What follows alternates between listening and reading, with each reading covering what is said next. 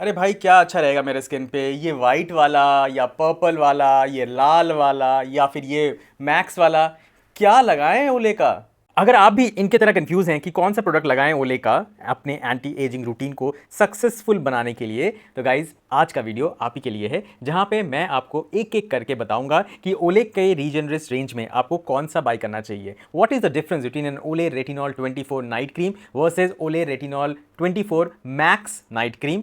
What is the difference between the micro sculpting cream by Olay Regenerist versus the Olay Nighttime Revitalizing Cream? कौन सा आपको कब use करना चाहिए, कौन से एज में यूज करना चाहिए, ताकि आपको इंपैक्ट सही से मिले उस ओले रेंज ऑफ प्रोडक्ट का। ठीक, साफ भाषा में मैं आपके लाइफ को थोड़ा आसान करने की कोशिश करता हूं मेरे सारे वीडियोस से। राइट, जो लोग मुझे पहली बार देख रहे हैं, आप सबको बता दूं कि मेरा नाम है शुभजीत बोस और मैं एक स्किन केयर कंसल्टेंट हूं और मैं अपने वीडियोस के थ्रू आपको रूटीन्स देता हूं जिससे बहुत सारे स्किन के इश्यूज आपको खत्म हो जाएंगे या फिर बहुत हद तक कम हो जाएंगे। मेरा जो काम है इस चैनल के थ्रू वो है रूटीन्स देना आप लोगों को। राइट, अगर आप इस वीडियो में पहली बार आए हैं तो प्लीज़ ज़रूर आप सब्सक्राइब करके जाइए।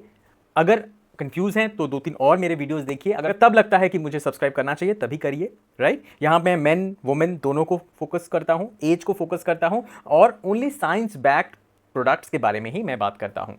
ठीक, आप मुझसे 3 तरीके से जुड़ सकते हैं। नंबर 1 इज सब्सक्रिप्शन, जो मैंने आपको पहले बताया। Second one is a membership and third one is a customized routines. अगर आप भी मुझसे कस्टमाइज्ड रूटीन बनवाना चाहते हैं अपना, तो आप मुझे इस नंबर पे व्हाट्सएप कर सकते हैं, इस ईमेल आईडी पे मेल कर सकते हैं या फिर मेरे वेबसाइट www.shubhajitbose.com पे भी जाके ज़्यादा जानकारी ले सकते हैं। वहाँ पे भी कस्टमाइज रूटीन के लिए वीडियो कंसल्टेशन बुक कर सकते हैं। ठीक, गॉट इट? तो चलिए आज की वीडियो में बढ़ते हैं विद ओले का शुरुआत कैसे हुआ था। तो ओले की शुरुआत हुई थी 1952 में by a South African chemist whose name was Graham Wolf. Graham Wolf की बीवी को पसंद नहीं आता था उस टाइम पे मैन्युफैक्चर होने वाले मॉइस्चराइजर जो काफ़ी हैवी होते थे, काफ़ी ग्रीजी होते थे, काफ़ी इरिटेटिंग, जो चिपचिपे से होते थे। तो उनके लिए, उनकी वाइफ के लिए स्पेशली उन्होंने एक पिंक कलर का मॉइस्चराइजिंग लिक्विड बनाया था और उन्होंने इसका नाम दिया था ऑयल ऑफ ओले। इन्होंने पैकेजिंग में कुछ नहीं मेंशन किया था कि ये जो प्रोडक्ट है ये क्या काम करता है, सिर्फ ऑयल ऑफ ओले पैकेजिंग में लिखा होता था। तो विद अ क्यूरियोसिटी उनका प्रोडक्ट मार्केट में बिकना शुरू हो गया। औरतें क्यूरियोसिटी की वजह से ऑयल ऑफ ओले लगाना स्टार्ट करती हैं और वर्ड ऑफ माउथ से वो फैलने लगता है, पहले तो साउथ अफ्रीका में, उसके बाद यूके में, उसके बाद ऑस्ट्रेलिया में एंड फाइनली यूएस में। 1985 में Procter and Gamble buys Oil of Olay. Right, Procter and Gamble US का ब्रांड है, आप सबको पता है। उसने ऑयल ऑफ ओले खरीद लिया और उन्होंने ऑयल ऑफ ओले के रेंजेस निकाले आफ्टर फ्यू इयर्स। मतलब ऑयल ऑफ ओले का सिर्फ वो मॉइस्चराइजिंग लिक्विड नहीं आता है, अब ऑयल ऑफ ओले के क्लेंजर्स आने लग गए मार्केट में। मॉइस्चराइजर तो था ही, सीरम्स आने लग गए, आई क्रीम्स आने लग गए, एंटी एजिंग रेंज आने लग गए। 1999 में प्रॉक्टर एंड गैम्बल ने ऑयल ऑफ ओले को चेंज किया और सिर्फ ओले नाम को रखा। तब से लेके अब तक ओले ब्रांड एक हाउस होल्ड नाम बन चुका है और अब तो ओले रीजनरिस्ट बोल के उनका एक एंटी एजिंग डिवीजन भी है, जिसमें ओले रीजनरिस्ट के नाम से बहुत सारे एंटी एजिंग प्रोडक्ट्स मैन्युफैक्चर होते हैं, जैसे कि ये चारों भी। ठीक ठीक, समझ में आ गया ओले की कैसी शुरुआत हुई थी? अगर कहीं पे भी लगे कि आपको समझ में नहीं आ रहा तो जरूर मुझे बताइए। तो स्टार्टिंग विथ माई फेवरेट ओले रीजनरिस्ट का retinol 24। Right, this product, this is a night moisturizer which also has retinol esters। ठीक, ये इंग्रेडिएंट लिस्ट है। ये इंग्रेडिएंट लिस्ट में मैंने काफ़ी ज़्यादा रिसर्च किया है एंड मैंने ये भी पाया है कि ओले पहली कंपनी थी जिन्होंने स्किन केयर में इतना ज़्यादा रिसर्च किया था। आज के डेट में आप सुनते हैं ना नियासिनामाइड, ओले ने इसको आज से 30 साल पहले ही डाला था अपने स्किन केयर प्रोडक्ट्स में, बट इतना पॉपुलर नहीं था नियासिनामाइड वर्ड तब। But they were the pioneers of using niacinamide in skin care product. They also started to introduce peptides। ओले के पहले हमें पेप्टाइड्स पता ही नहीं था, बट ओले के प्रोडक्ट्स में सबसे पहले पेप्टाइड्स आने लगे थे। तो ओले ने बहुत ज्यादा मार्केट को रिसर्च किया है और जागरूक किया है। सो ओले रेटिनॉल 24 में आपको मिलता है रेटिनॉल एंड पैनबिटॉल पेंटापेप्टाइड 4। राइट, इसमें आपको नियासिनामाइड भी मिलता है जो आपके चेहरे को मॉइस्चराइजेशन प्रोवाइड करता है and also you get lot of other peptides at this bottle. Right, but this is an very mild form of retinol. You will use this Olay Retinol 24 night cream only when you are starting your retinol journey, not if you are using tretinoin or any higher percentages of retinol you will come back to use this. No, this is only a beginner friendly product. इसका price मैं यहाँ mention कर रहा हूँ। Price थोड़ा सा obviously high है because एक तो ये ओले रीजनरेस्ट का ब्रांड है which is again a very premium brand. ओले सस्ता नहीं आता है, बट इंग्रेडिएंट लिस्ट अगर आप चेक करेंगे 22 इंग्रेडिएंट्स से बना हुआ है ये। और इसमें जो अच्छी बातें लगी हैं कि ये प्रोडक्ट में कोई भी अल्कोहल का इस्तेमाल नहीं किया गया है and also this is free from any fragrance. ओले के प्रोडक्ट्स में मुझे बहुत ज़्यादा प्रॉब्लम होता है फ्रेग्रेंस का, ओवर पावरिंग फ्रेग्रेंसेस होती हैं, बट इसमें फ्रेग्रेंस बिल्कुल नहीं इस्तेमाल किया गया है। Also no alcohol. अगर आपकी उम्र 25 से ऊपर है तब आप इसे इस्तेमाल कर सकते हैं फॉर ऑल स्किन टाइप्स, लेकिन इस्तेमाल करने का तरीका बहुत ज़्यादा इंपॉर्टेंट है। आपको हफ्ते में 2 या 3 दिन इस्तेमाल करना है और जिस दिन आप ओले रीजनरेस्ट का ये रेटिनॉल लगाएंगे आप कुछ मत लगाइएगा, glycolic acid serum, glycolic acid cream, salicylic acid, no. You can use face wash, then your niacinamide serum max to max, and then your retinol। और लेना भी कितना है? No fragrance, इतना, ठीक है? इससे भी थोड़ा सा कम ले सकते हैं तो ले सकते हैं, बट इतना ही लेना है आपको, इससे ज़्यादा नहीं। और ऐसे डॉट्स बनाए और अच्छे से अपने चेहरे पे इस तरह से फैला दिया, इजीली स्प्रेड हो जाता है, स्मूथ एंड सिल्की है, राइट? इनको इंग्रेडिएंट लिस्ट देखना है ना, मैं डिटेल में डिस्क्रिप्शन बॉक्स में दे दूंगा सबका डिफरेंस, राइट? बस ये एब्जॉर्ब हो जाएगा आपके स्किन में एंड देन स्लीप, राइट? कोई क्वेश्चन है तो पूछ लीजिएगा। बात करेंगे ओले रीजनरेस्ट रेटिनॉल मैक्स क्या होता है, ये मैक्स वर्ड क्यों लगा हुआ है and what is the major difference between this one and this one. And in my research and in my opinion ज़्यादा कोई डिफरेंस नहीं है।